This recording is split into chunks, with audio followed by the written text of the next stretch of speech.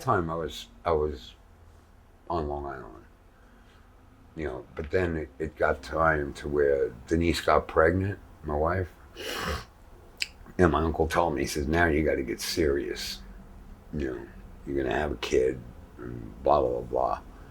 And he said, um, I'm thinking about buying this car service at King's Plaza, you know, and if you want, you know, you could run it. And, you know, it was a good deal, I guess. He was paying me $250 a week to do that. And then it just like got a little squirrely, you know, because I mean, it was. He started taking me around with him, and I started meeting all the wise guy honchos. You know. I mean, Paulie Castellano, I was from when I was a kid. But it came down to where, you know, I was starting to meet people, and then Nino said to me, you know, do you want to make an extra $50 a week? And I said, okay. And he said, you know, go into Manhattan and see Chuck Anderson at the 21 Club. He was the maitre d', and pick up, you know, $50 from him and just keep it. So my salary went up to 300, you know, and it stayed there for a long time. Yeah. Then eventually, you know, he came to me. What had happened was, like 12 years earlier, Nino had driven his brother's wife to the grocery store on Bath Avenue. And she got out of the car. She was very good looking, my aunt. And she got out of the car, and there was a bunch of guys hanging out there, and they made a comment. And Nino jumped out of the car with a hammer and started trying to beat them. And this one guy hit him and broke his nose.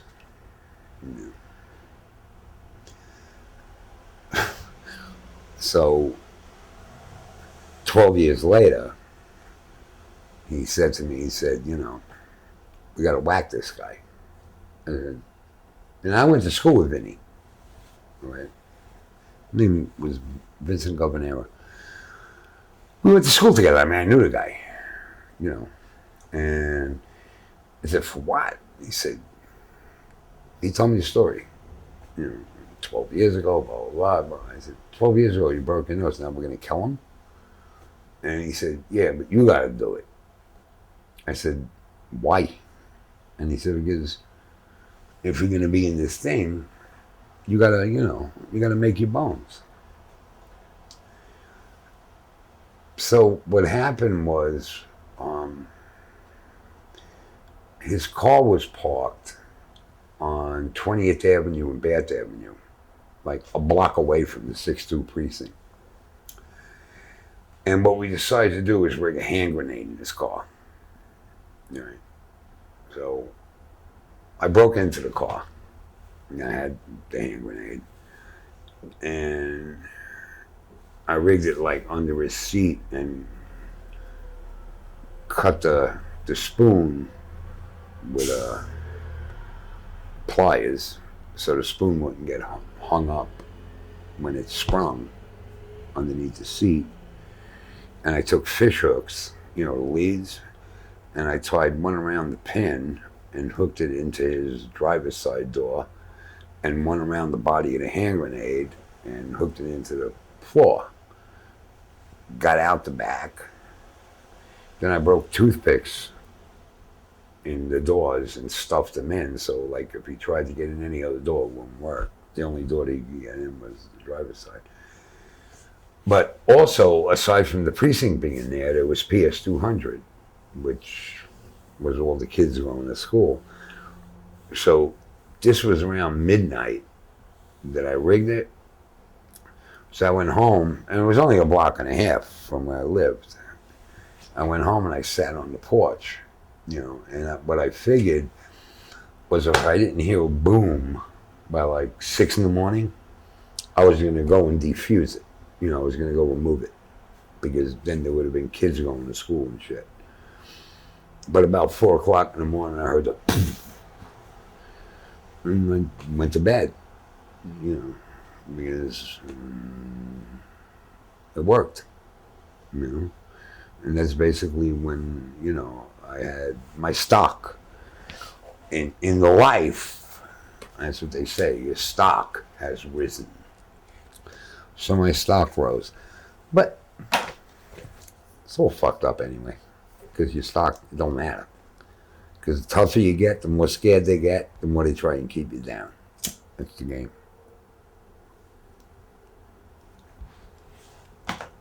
Now, what did the news say? Like, how did he? It's such a random way to go. It really didn't make the news. It made the papers, you know. And oddly enough, what happened was he didn't die. He didn't die. It blew him out of the car. He wound up on the marquee of the Deluxe movie theater on Bath Avenue. And he was all broken up. He had a lot of broken bones and shit. And what happened was, after he healed up, you know, he took off and he lived in California for like 2 years. Because he thought it was Sammy the Bull's crew. Jerry Papa, Sammy the Bull, Jimmy Emma. He thought it was them doing it. So when they assured him, you know, that he could come back, he came back.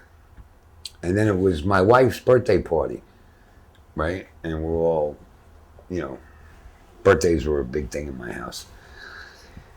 And we had the cake, and we had all the presents and shit. And boy, DeMeo came over, and he said, guess who I just saw on 85th Street, hanging out in front of the candy store?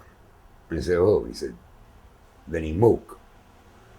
Once Nino heard that, he said, all right, let's go downstairs. We went downstairs. We loaded up. And we put on our disguises and stuff. It was May 27th. And we went out and we hung out like across the street. And when he went to go to his car, we just shot him in the street.